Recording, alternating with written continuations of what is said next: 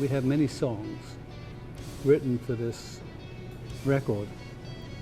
I think the hardest part was coming up with a title, isn't it? Where did that come from? Because you came up with the title. It came from one of the songs that That's we right, did. yeah. Well, we've actually, Richie had introduced Renaissance and medieval music to me. I'd never heard it before I met Richie. But we also found that as we started touring on this music that we were writing, or incorporating some of the old traditional melodies from the 12 to 1500s, that as we're going around, a lot of different people throughout the world were making compilation CDs for us of ethnic music or traditional music or regional music A lot from of them their were just areas. compilating in general. And they hand us the CDs and we bring them home, and that's how we're able to discover these incredible melodies that we'd never normally hear, songs from the Balkan regions or Viking music, things like that. So actually our touring has actually helped to increase our knowledge of specific regional melodies from these areas, and our fans are a huge help in that aspect too. That's right. So, and then those songs of course work their way into our repertoire, and we make them into other songs, and it kind of all grows and changes from there. Yes, it does. We're often torn between, I know I am, between doing an acoustic version with all the correct instruments, which we can do, or whether we make it a little bit more radio friendly. So we kind of end up sometimes going down the middle, trying to be in a purest form of arranging it and appealing to the masses. What we tend to do as in our writing partnership is Richie will come up with the music first, or be inspired by a traditional song or something that he's heard before, if it's not an original song, and then he'll come and get me, and we'll work on it together. And once we come up with the general idea for the melody line and the song, then I kind of go into another room and lock myself away and just kind of absorb the music. And I always find that with Richie's music that it's so visual anyway, whether it's instrumentals or songs that he's written that are waiting for lyrics, that they tend to paint a picture in your head. So I try to just take those pictures and make them into the words that I'm thinking that they should be about, and sort of channel it, I guess, in a way. Troika is a Russian word for a three-carriage, three horses drawing a carriage, and it also means, like, I think, solidarity within the government. It has two meanings. So that I didn't know. Candy came up with these lyrics, so it's her fault, not mine. I was for the horses, so I don't know about the rest of the governmental thing. Yes. But the music came from a Ukrainian song, didn't it? Yes. The idea for the music for that came from a Ukrainian soap opera that we picked up on the satellite dish. It's very nice to... I have a satellite dish so I can tune into Germany and things and learn different languages, of which I fail miserably. But this one Ukrainian channel came in, and they had this melody. It was very similar to Troika. So we did that, didn't we? And nicked it. Nicked it. As the English would say, nicked it. You know, stole it, pinched it. Yeah.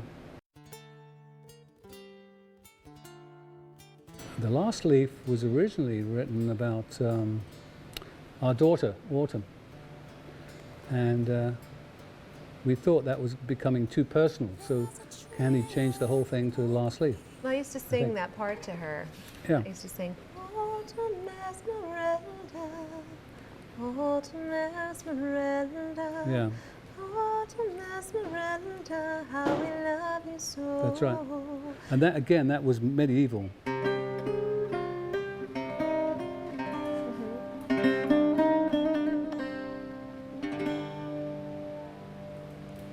If you can imagine, that would have been done in the 1400s like that.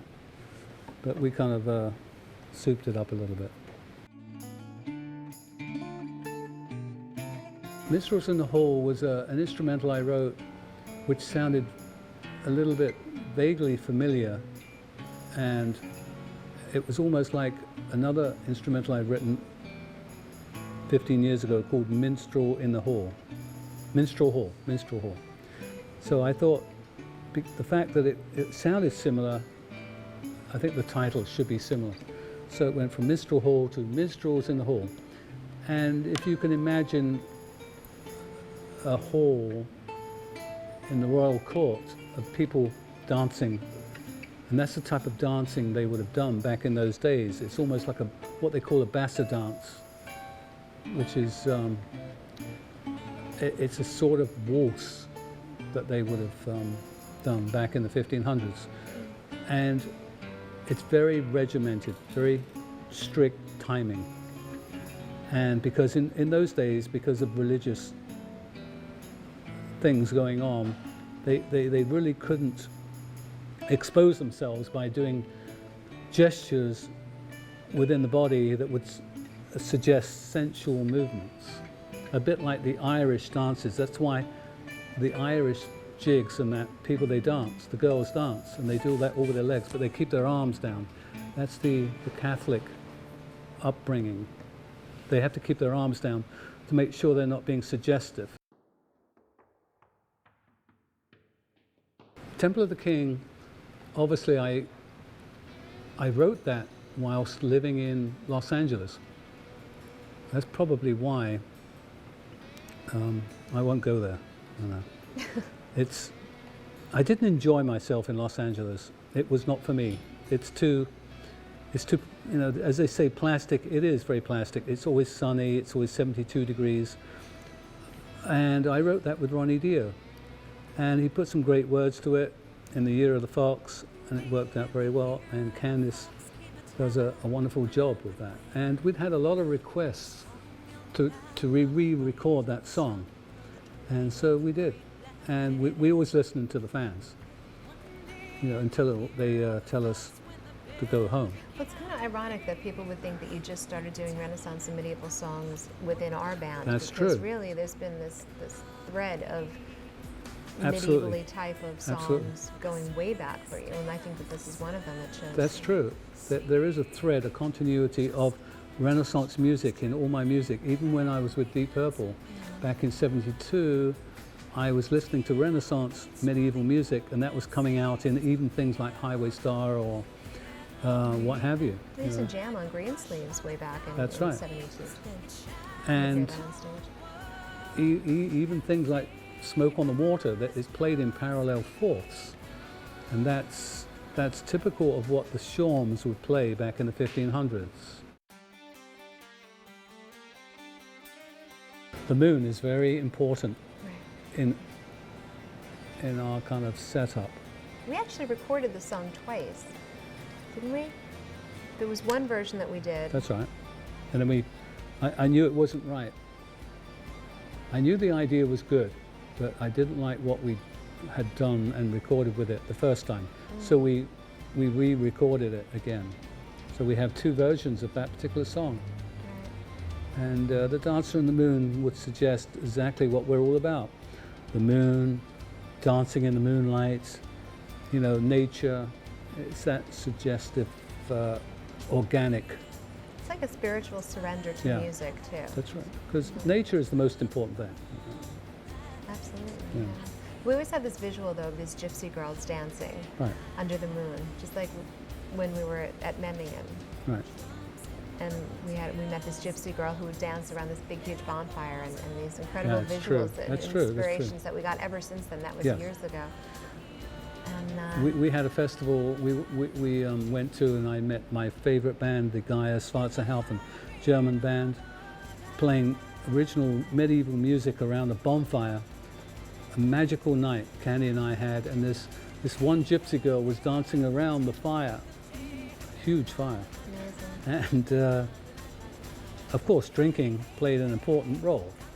And there was 3,000 people, all dressed in medieval clothing. This was 3, 4 o'clock in the morning, and they just participated in a play that was about the 16th century, no, the 17th century guy. I've forgotten the name. It's not the Meister drunk. It was somebody else, but. In this particular town, Memmingen, in Germany, they had the whole town would get involved and dress up in medieval clothing to celebrate every 4 years the returning of this one particular good man that was around in, I think, 1640s, and the name escapes me now. And needless to say, it was magical. All these people were of the same mindset, to be into the fantasy role of medieval Renaissance music. The moon was like full, I think, and the clock tower was lit up, and the typical German village, which is And there just were fantastic. bonfires throughout all the fields, and just Yeah. hundreds of people circled around every bonfire, Were and wonderful. minstrels playing all over the place with the bagpipes, and it That's went right. on all night long until the sun came up. That made a big dent to me. Yeah. That whole visual was just wonderful, and I've never forgotten that. I think there's something so spiritual, though, about just giving yourself completely to the song, to the Right. music. Yes. You know, whether it's through dance or just through your Yeah. own emotions, being completely open Yeah. to it. So that complete abandon and surrender. That was a wonderful event. I wish they would do more of that over here in America. They seem to close things down at 6 o'clock at night. But over in Europe, they keep things going all night, and they have the bonfires like Walpurgisnacht and things like that, which are wonderful. The nighttime and the moon, it takes on a different ambient. You know, it's wonderful. They don't do that so much here. It's 6 o'clock and you must go home. I don't know why that is. Why they can't trust people to be in a field having a great time with a big bonfire. You know. Galliard. That one I'd done before, but this one I revamped because I wanted to hear it in 6/8 time instead of a slow waltz. And again, it's an instrumental. And one of our friends once said to me, "What is the point of instrumentals? If there's no words, what's the point?" And I'll leave you with that thought. What is the point of an instrumental if there's no words? And maybe we could tell Johann Sebastian Bach and Beethoven the same thing. What's the point? That If really there's no affected words. you, huh? Wow. Some people think like that. A lot of people have no time for instruments and instrumentation. It has to have a lyric, and the lyric, of course, has to be about a relationship. Can you think of one song that is not about a relationship? The last leaf, The Last Leaf. spinner's tale, the clock. Of course, Candy will always write stuff that is not always about a Strange, relationship. But today's radio's obsessed with relationships, which are very important. But enough is enough. You know. I seem to remember that Galliard originally came from a place that you stayed at, a castle called Waldeck. Okay, if we're going that route, there's one of our favorite castles in Germany called Waldeck Castle. It's overlooking the A to Z. It's in northern Germany near Kassel. And we always stay there, and we've loved to stay there ever since we had this project going. And we looked into the history of the castle, and I wanted to kind of name it after the places that we stayed in, and that's why Prince Waldeck's Galliard came up. There was a prince that stayed at this particular castle. If anybody's interested in castles, you must go to Waldeck Castle near Kassel in Germany. And it's very haunted. And it's very haunted, of course. There's a place called the Hexenspund, which is an old medieval word for the kind of basically the witches' pond, you know, where they would execute people, and a torture chamber, and it's all very interesting stuff. Beautiful castle. No? Fantastic castle. It's the epitome of what people would imagine a German castle to be. So that's where you got the inspiration Yes, for Galliard? that's right. I used to live, when I was growing up in England, called Ash Grove. And this particular song was called The Ash Grove. And I always found that strange, that I was living in Ash Grove, and the song which I really liked that I used to sing at school was called The Ash Grove. So I kind of had an affinity with it and a kinship with there. So and I thought it was a wonderful melody to give to Candice. she's very good at singing very melodic songs, and it fitted her voice perfectly. So we put that on. For remembrance of the old school days. Yeah.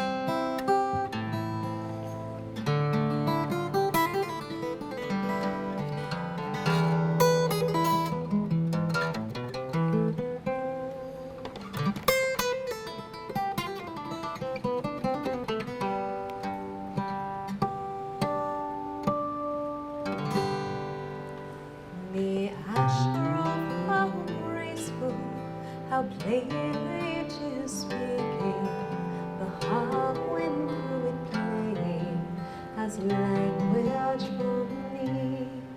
Whenever the night through its branches is breaking, a host of kind faces is gazing on me. The friends of my childhood again are before me. Each step takes a memory that's freely and raw. With soft whispers laden, its leaves rose before me. The ash grove again is my home.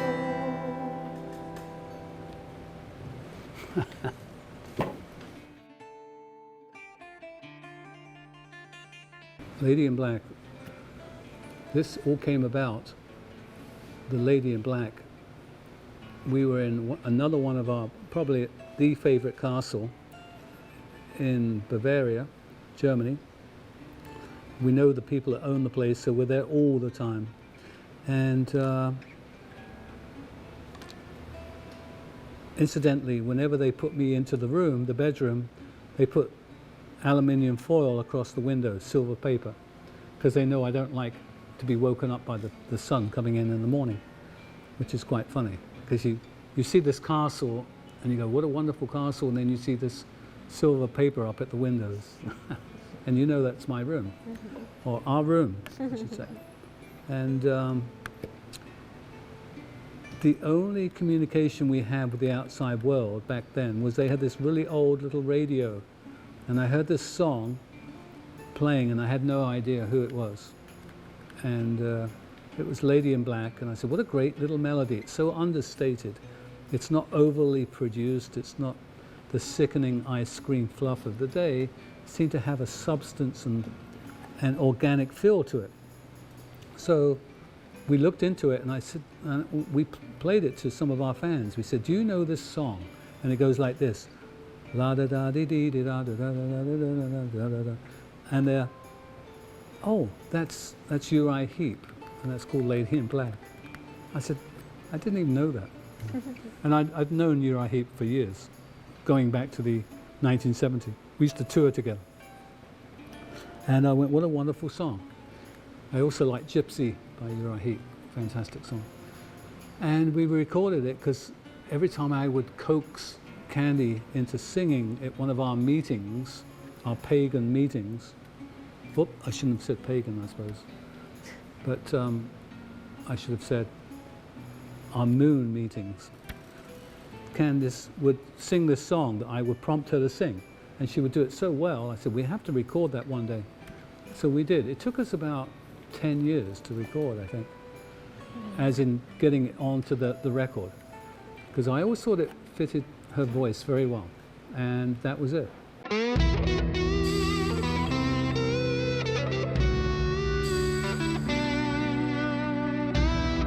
Carry on, John. Right. That's a tricky one.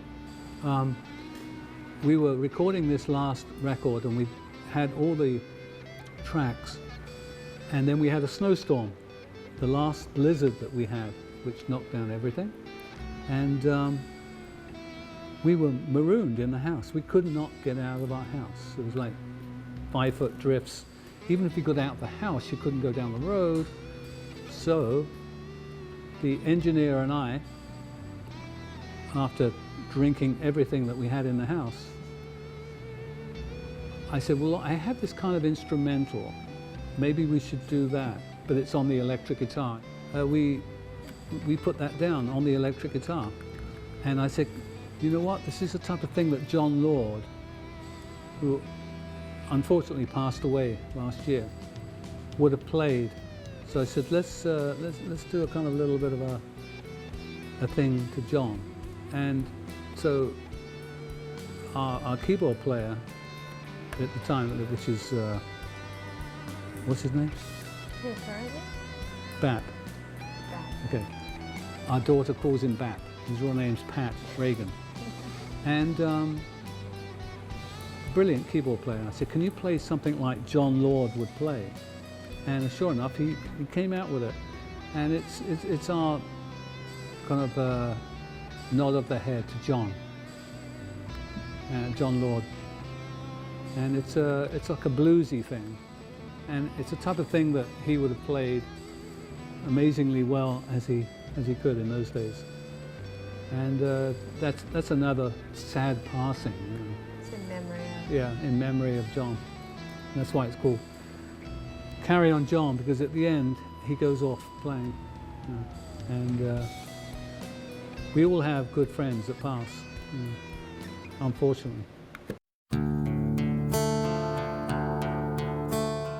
Somewhere Over the Sea, That's the check. which has a couple of titles. One is Somewhere Over the Sea, one is Moon is shining. The Moon is Shining, and the other one is The Moon Was Shining.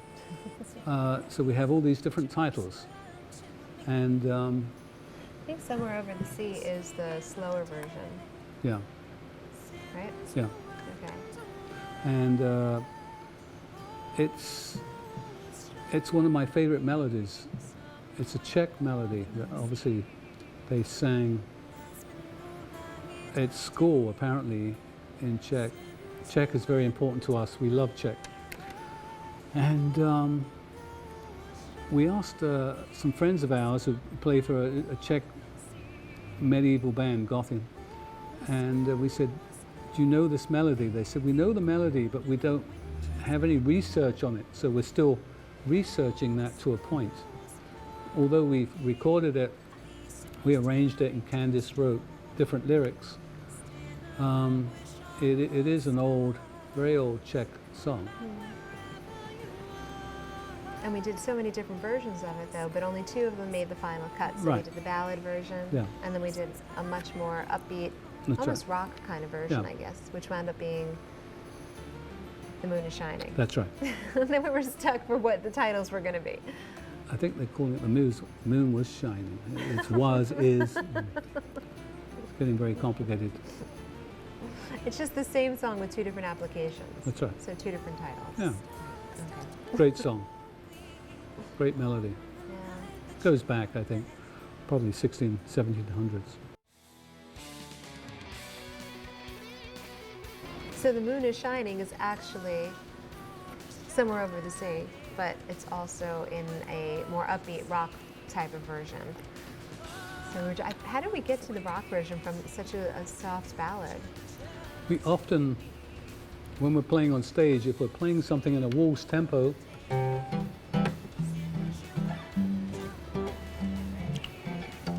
and I've had enough to drink, it will start to go into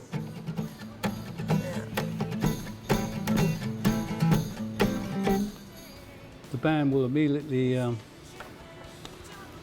white. go white or brown, and we'll go into a song that's related, just the timing is different. I think it's a community at this point. I think when we go out and play, the great thing is that there are so many people, I think, out there now looking for different types of music. I think that a lot of the people, I find our fans are independent thinkers, and they're not going to be Thinkers. dictated to or brainwashed by trends or fashion or what's on the radio. No matter how many times somebody plays the same song again and again and again, they won't be brainwashed into thinking that song is cool if they don't like it. And so they've looked for different avenues to find music. And I think when they find us, they become your most loyal fan base because they found you in a sort of obscure way. And so they're very loyal, and then they tell 2 people, and they tell 2 people, and before you know it, it becomes this event whenever we come to town. And it's almost like a Grateful Dead following, I think, because Just that there's no drugs. that I know of. No. But a lot of the fans will come to the shows and then meet other fans there and then become friends for life, and then they take vacations whenever we tour and they stay at each other's houses, and no matter where we play around the world, it's almost like a family reunion for them. That's true. So it's just really grown. I mean, it's slowly grown, but it's grown in a real, true, and pure and wholehearted way. And Grassroots, organic. Very much, very much organic. It is fantastic to see people coming to our show from Australia, Japan, God Germany, knows where. England, yeah. And they'll come over here. Even if we do a small fan show for the fans, which we do. We did one last week down at a restaurant. There's only like 50 people, but they flew in from so many places. And we have to keep it down because the other fans want to come too. And I like that intimate kind of control. It's a challenge to be able to get up, to pick up an acoustic instrument and to connect without relying on laser beams, lights, pyrotechnics, choreography, and martial amplification. You just never know what you're going to do at any point. But I also think that fans appreciate the fact that we're real. Like, we come across very real because we love what we're doing. And I mean, we've gotten to points where if we get to a venue and we find out that not a lot of people could get into that, because we do prefer to play smaller venues, and that certain people couldn't get in, we'll actually, after the show, go and play at a local tavern or restaurant or something, so fans are able to see some songs and come in and just see it for free, and the normal person in the street who couldn't get into the show, who had, because they didn't buy a ticket a year in advance or whatever it is. So we really do it more for the fans, more for the people, as well as because we love doing it as well. It is a challenge. I played to California Jam, 275,000.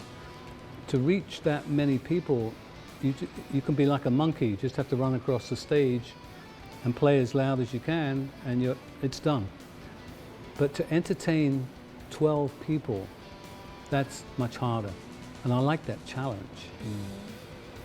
So it's funny though, because the relationships that get built at our shows are relationships, I think, that last a lifetime. That's true. And it's interesting because when you look out and people dress up in these outfits, and again, it's an event or a costume party that comes to their town for that night, so they come out and they love it. They love to dress up and have a good time.